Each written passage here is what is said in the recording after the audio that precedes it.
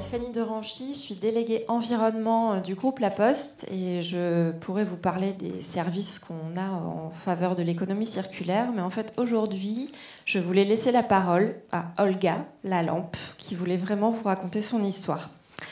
Alors, bonjour, je m'appelle Olga, je suis une lampe et en fait, oui, je voulais partager avec vous une histoire que je traverse depuis un peu plus d'un an. Une aventure assez singulière que je ne vis pas toute seule. On est 4400 meubles comme moi et 800 humains aussi à vivre cette aventure. Alors, peut-être pour me présenter d'abord, je suis une lampe de bureau.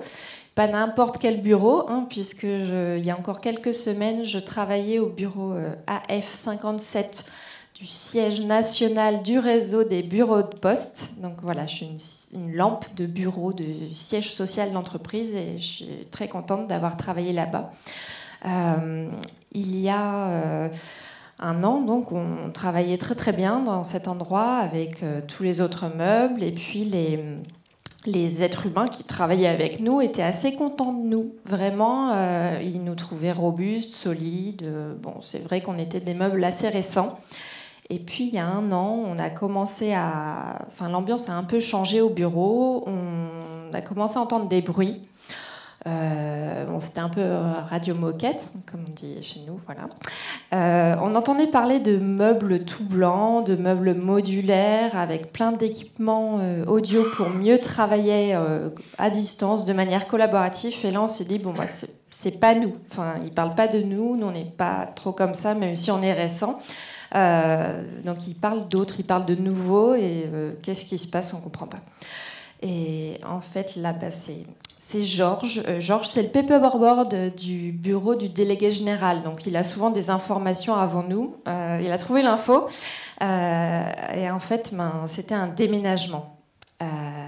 C'est-à-dire que les collègues, ils allaient partir dans un nouveau siège du groupe La Poste et ils allaient partir sans nous.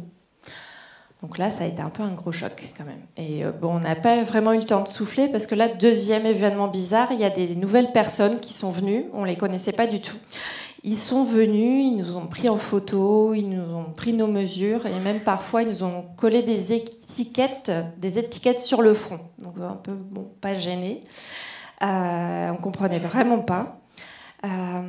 Et là, c'est Georges qui a eu l'information encore, lui. En fait, c'était très positif. C'était les services généraux qui faisaient tout pour trouver des nouvelles personnes avec qui on allait travailler. Et les gens qui venaient là, c'était des gens d'autres sites de la Poste, des gens d'associations, etc., qui avaient très envie de travailler avec nous. Ils étaient très contents de nous trouver, et nous aussi. Et en fait, aujourd'hui, sur les 4400 copains meubles, là, il y en a qui travaillent dans des bureaux de poste, dans des plateformes courriers.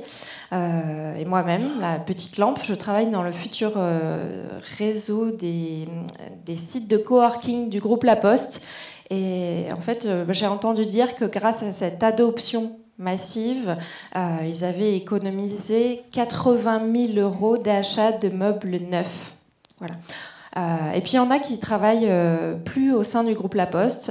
Il y a Bernard, le fauteuil d'à côté, il est parti travailler au SAMU social. Donc il participe à un projet solidaire, il est vraiment très, très, très fier de ça.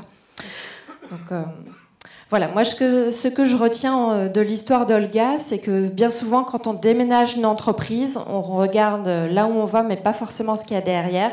Et avec du dialogue, on peut créer vraiment de la valorisation. Là, je parle de 4400 meubles pour lesquels, à 97%, on a trouvé une deuxième vie, et tous en Île-de-France. Voilà. Merci beaucoup.